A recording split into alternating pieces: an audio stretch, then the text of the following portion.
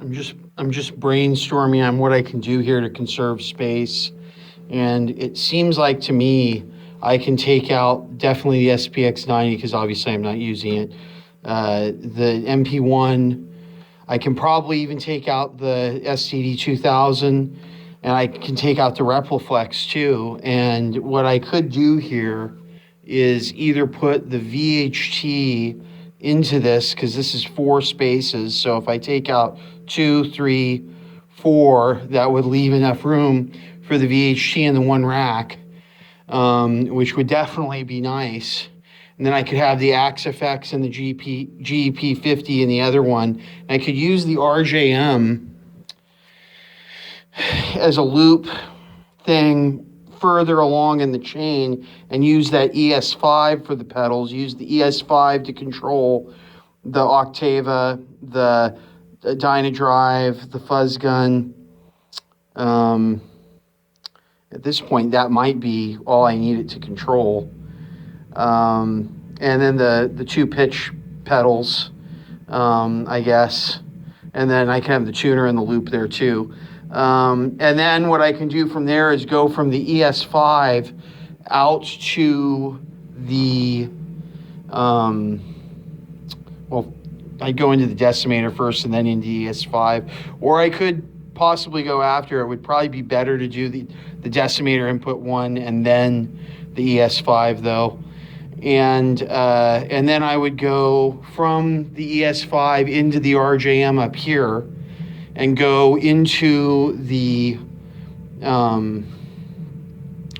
way I would most likely run it is I would probably run it into the JMP1 first and the decimator in the loop of that.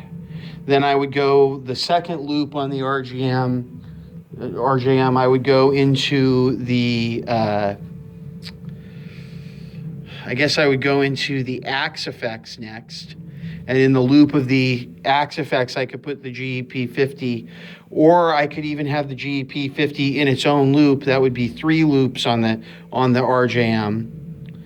And then I could still have a loop to go into the ADA flanger and into another loop for the DD5, so that whenever I'm not using them, I can have them completely out. That would really kind of minimize cables too. I really kind of think that keeping the DD5 on the floor though is probably going to be the way to go.